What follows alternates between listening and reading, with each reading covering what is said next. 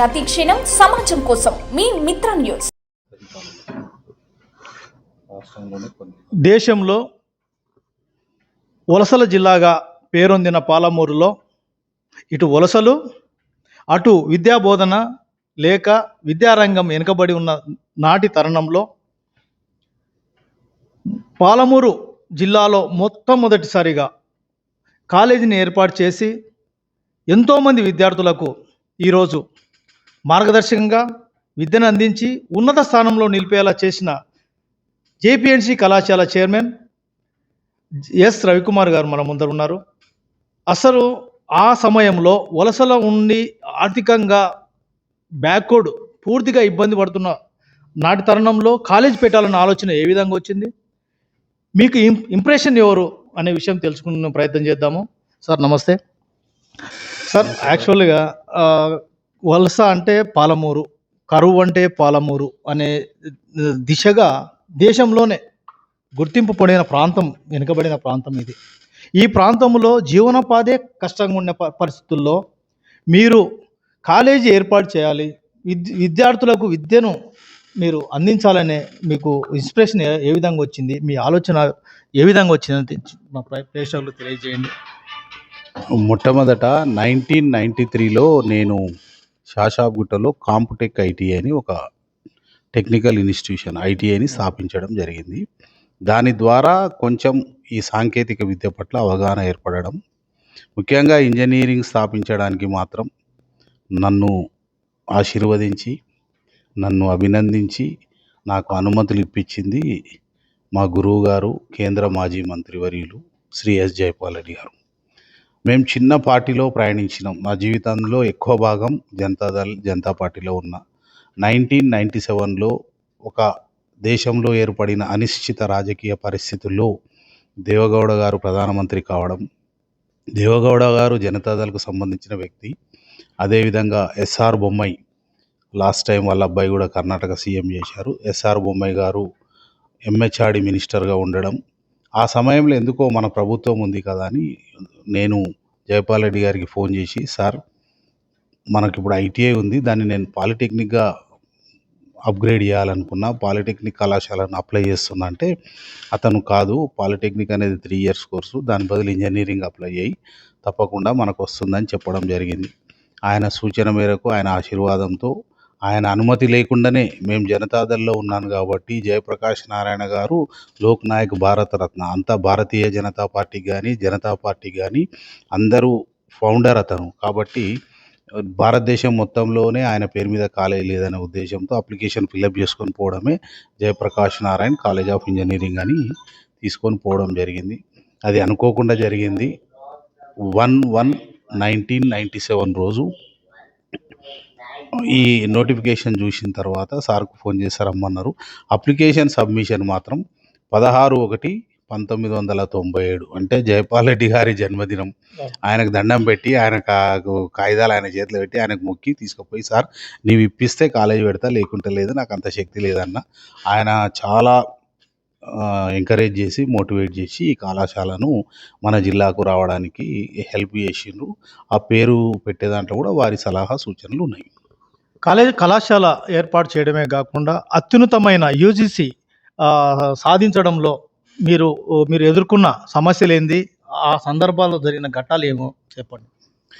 జనరల్గా ఇప్పుడు ఏమైందంటే కాంపిటీషన్ బాగా పెరిగింది. 1997లో మన కాలేజీ పెట్టినప్పుడు పూర్వపు ఆంధ్రప్రదేశ్లో ఓన్లీ 36 కాలేజీలు మాత్రమే ఉండే. మా కాలేజీ కూడా 36, అంటే చివరికి జే ఆల్ఫాబెటికల్ వస్తే జేలో లాస్ట్లో వచ్చినందుకు అవి ప్రభుత్వాన్ని ఒక 6. ఈరోజు ఏమైందంటే ఇదే ఆ పూర్వపు ఆంధ్రప్రదేశ్లో సుమారు 700 ఇంజనీరింగ్ కాలేజీలు వచ్చింది. తర్వాత విభజన తర్వాత ఈ రాష్ట్రంలో ఒకటే రోజు జేఎన్టీయు 170 కాలేజీలు క్లోజ్ చేసింది. ఆంధ్రప్రదేశ్లో కూడా సుమారు 100 కాలేజీలు క్లోజ్ అయిపోయినాయి. ఇప్పుడు ఏమైందంటే మనం పటిష్టంగా ఉంటే, మనం పర్ఫెక్ట్గా ఉంటేనే విద్యార్థులు మనం నమ్మి చేరే పరిస్థితి ఉంది. కాబట్టి ఏ విధంగా మనం అప్గ్రేడ్ చేయాలనే ఉద్దేశంలో భాగంగానే మొట్టమొదట 2008లో NBA national board of accreditation అని న్యూ ఢిల్లీలో ఉంటుంది. అంటే ఒక కోర్స్ వైజ్ వాళ్ళు ఎన్బిఏ అక్రెడిటేషన్ ఇస్తారు. ఫస్ట్ అది సాధించడం జరిగింది. తర్వాత మళ్ళీ దాన్ని అలా సాధించిన తర్వాత న్యాక్ అనేది national accreditation and assessment council. ఇది జాతీయ ఆ, స్థాయిలో ఉన్న అటానమస్ ఆర్గనైజేషను. న్యాక్ వాళ్ళు కళాశాలకు వచ్చి టోటల్ వసతులను పరిగణనలోకి తీసుకొని అన్నీ చూసి వాళ్ళు న్యాక్ అక్రెడిటేషన్ ఇచ్చిన తర్వాత మళ్ళా 2F అనే certificate UGC university grants commission వాళ్ళు ఇస్తారు. మొదట ఎన్బిఏ, న్యాక్, యూజీసీ వల్ల 2F, దెన్ అటానమస్ స్టేటస్. మన అదృష్టం ఏంటంటే ఆగస్టులో న్యాక్ రావడం, వాళ్ళు మనకు న్యాక్ అక్రెడిటేషన్ ఇచ్చిన తర్వాత 2F యూజీసీ సర్టిఫికేట్ వచ్చింది. వచ్చిన తర్వాత మళ్ళీ యూనివర్సిటీ గ్రాంట్స్ కమిషన్కు అటానమస్ స్టేటస్కి అప్లై చేయడం జరిగింది. అదృష్టవశాత్తు మన 31 డిసెంబర్కి మనకు అన్అఫీషియల్గా వచ్చిన అఫీషియల్ కాపీ జనవరిలో రావడం జరిగింది. అటానమస్ రావడం వలన 2-3 ప్రయోజనాలు ముఖ్యంగా ఉంటాయి. అటానమస్ ఏ కాలేజీకి వచ్చినా మనకు ఒక డిస్క్రిషనరీ పవర్, అంటే మన స్వయం ప్రతిపత్తి కలిగిన కళాశాలగా ఉంటుంది. ఏంటి అంటే మోడ్రన్ ఇప్పుడున్న పరిస్థితులను దృష్టిలో ఉంచుకొని మనం సిలబస్ను మార్చుకోవచ్చు. మొత్తం సిలబస్ కాదు, 70% సిలబస్ అనుబంధ విశ్వవిద్యాలయమైన జేఎన్టీయూ ఫాలో అవుతూ 30% మేము మా సొంత సిలబస్ పెట్టుకోవచ్చు. రెండవది, పేపర్ మేమే ఇస్తాము, కరెక్షన్ మేమే చేస్తాము, ఎవాల్యుయేషన్ అయిన తర్వాత రిజల్ట్ మేమే అనౌన్స్ చేస్తాము. ఈ అన్ని మార్క్స్ మెమోలు కలిపి కన్సాలిడేటెడ్ యూనివర్సిటీ సర్టిఫికేట్ మాత్రం జేఎన్టీయూ ఇస్తుంది. ఇప్పుడు అటానమస్ ఫలాల వలన 80% యూనివర్సిటీ హోదా మనకు వచ్చినట్టు.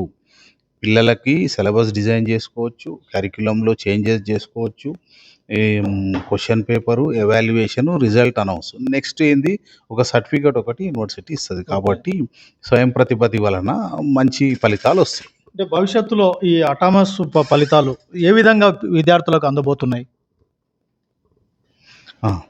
ఎందుకంటే ఈ మధ్యకాలంలో మన దగ్గర ఈ బ్యాటరీస్ కంపెనీ వచ్చింది డ్యూటీపల్లి దగ్గర. ఆమె గళ్ళ అరుణ కుమారి గారు, మాజీ మంత్రి గారు, వ్యక్తిగతంగా ఆమెతో కొంచెం పరిచయం ఉండడం వల్ల వారిని అమర్ రాజా బ్యాటరీస్ అప్రోచ్ కావడం, రాజగోపాల్ నాయుడు సార్ గారిని కూడా కలవడం జరిగింది. అయితే వాళ్ళు చెప్పింది ఏంటంటే, మీ దగ్గర మహబూబ్నగర్లో మా ఫ్యాక్టరీ ఉండబోతుంది కాబట్టి మీకు సంబంధించిన మెకానికల్, ఎలక్ట్రికల్, ఎలక్ట్రానిక్స్ పిల్లలను తీసుకుంటాం. కానీ లీథియం బ్యాటరీస్ ఏవైతే ఎలక్ట్రికల్ బ్యాటరీస్ ఉన్నాయో ఆ టెక్నాలజీని మీ పిల్లలకు నేర్పండి అన్నారు. గతంలో అయితే నాకు అది వెసులుబాటు లేదు. ఇప్పుడు ఆ 2 సబ్జెక్ట్స్ను కూడా మనం యాడ్ చేసి సిలబస్ 30% చేంజ్లో చేయడం వలన ఫ్యాక్టరీకి వెళ్ళినాక వాళ్ళు ట్రైనింగ్ ఇచ్చే బదులు ముందే మన పిల్లలు ట్రైనింగ్ తీసుకొని ఆ సబ్జెక్టు నేర్చుకోవడం వలన వాళ్ళకి జాబ్స్ ఈజీగా వస్తాయి. ఈ మధ్యకాలంలో దురదృష్టవశాత్తు అంత కంప్యూటర్ మోజులో ఉండి ఎలక్ట్రికల్, మెకానికల్, సివిల్ లాంటి కన్వెన్షనల్ బ్రాంచ్లు చేరడం లేదు. కాబట్టి ఈ అటానమస్ ఫలాలు అనేది మనం సబ్జెక్ట్స్ చేంజ్ చేసుకుంటాం. ఈ మధ్యకాలంలో పెద్దలు ఎంఎస్ఎన్ రెడ్డి గారికి కృతజ్ఞతలు. ఎందుకంటే మెకానికల్, ఎలక్ట్రికల్ జాబ్లే వస్తలేవు. మొన్న మన కాలేజీకి పంపించేసి మెకానికల్, ఎలక్ట్రికల్ వాళ్ళను వాళ్ళు రిక్రూట్ చేసుకున్నారు. వాళ్ళు కూడా ఏం చెప్పారంటే, కొంచెం సిలబస్లో మీరు చేంజెస్ చేసుకోగలిగితే తప్పకుండా ఎవ్రీ ఇయర్ మనం ఒక టైఅప్ లాంటిది పెట్టుకుందాం అన్నారు. డెఫినెట్లీ పిల్లలకు జాబ్ రావాలి. ఎందుకంటే ఏ కాలేజీలో చదివిండు, ఏ విద్యా సంస్థలో చదివిండు, ఏ యూనివర్సిటీ ఇచ్చిందని కాదు, చదివిన తర్వాత ప్రయోజకుడు కావాలి. చదువుకోని వ్యక్తి ప్రయోజకుడు కాబట్టి వాడు బాధపడాడు. ఎందుకంటే నేను చదువుకోలే, నా కర్మ అనుకుంటాడు. కానీ చదివిన వ్యక్తి నిరుద్యోగి అయినా, చదివిన వ్యక్తి ఒకవేళ జాబ్ రాకపోయినా సమాజంలో చాలా నష్టాలు జరుగుతాయి. టెక్నాలజీ తెలిసిన వ్యక్తిని అన్ఎంప్లాయ్గా ఉన్నంటే వాడు ఫ్రస్ట్రేషన్కు లోన్ అవుతాడు. కాబట్టి మన మెయిన్ ఉద్దేశం ఎట్టి పరిస్థితుల్లో జేపీఎన్స్లో చదివిన విద్యార్థులందరికీ జాబులు రావాలి. అట్లని ప్రభుత్వ పరంగా ఎవ్వరూ ఇవ్వలేరు. మన ప్రయత్నాలు చేసి మార్గనిర్దేశనం చేసి ఎక్కడికి వెళ్తే జాబులు వస్తాయి, ఆ ప్రయత్నాలు విద్యార్థులతో పాటు మేము కూడా చేయాలి. కాబట్టి ఈ అటానమస్ అనేది తప్పకుండా. ఇంకొకటి, ఫారిన్లో ఎప్పుడైనా వెళ్ళినప్పుడు యూజీసీ అటానమస్, న్యాక్ అక్రెడిటేషన్ అంటే విదేశాల్లో వాల్యూ ఎక్కువ ఉంటుంది. ఎందుకంటే కేంద్ర ప్రభుత్వం యొక్క యూజీసీ యూనివర్సిటీ గ్రాంట్స్ కమిషన్ చే అప్రూవ్ పొంది అటానమస్ పొందిన సంస్థ అంటే అవతల జాబ్ ఇచ్చే వాళ్ళకు కూడా ఒక confidence, the passed out came from a good college అనే ఫీలింగ్ ఉంటుంది. కాబట్టి ఇది డెఫినెట్లీ రాబోయే రోజుల్లో మాకు ప్రయోజనం కంటే ఎక్కువ విద్యార్థులకు ప్రయోజనం. ఎప్పుడైతే విద్యార్థులకు ప్రయోజనం అవుతుందో అప్పుడు ఆటోమేటిక్గా మాకే ప్రయోజనం. ఇది జిల్లాలో మొట్టమొదటి ఇంజనీరింగ్ కళాశాల. నేను యూజీసీ సాధించడంలో విద్యార్థులకు భవిష్యత్తులో ఎంతో ఉపాధి అవకాశాలు కలుగుతాయని, మంచి గుర్తింపు వస్తుందని తెలియజేస్తున్నారు. ఎంవి రమణ, మిత్ర న్యూస్ ఛానల్ నుండి మహబూబ్ నగర్.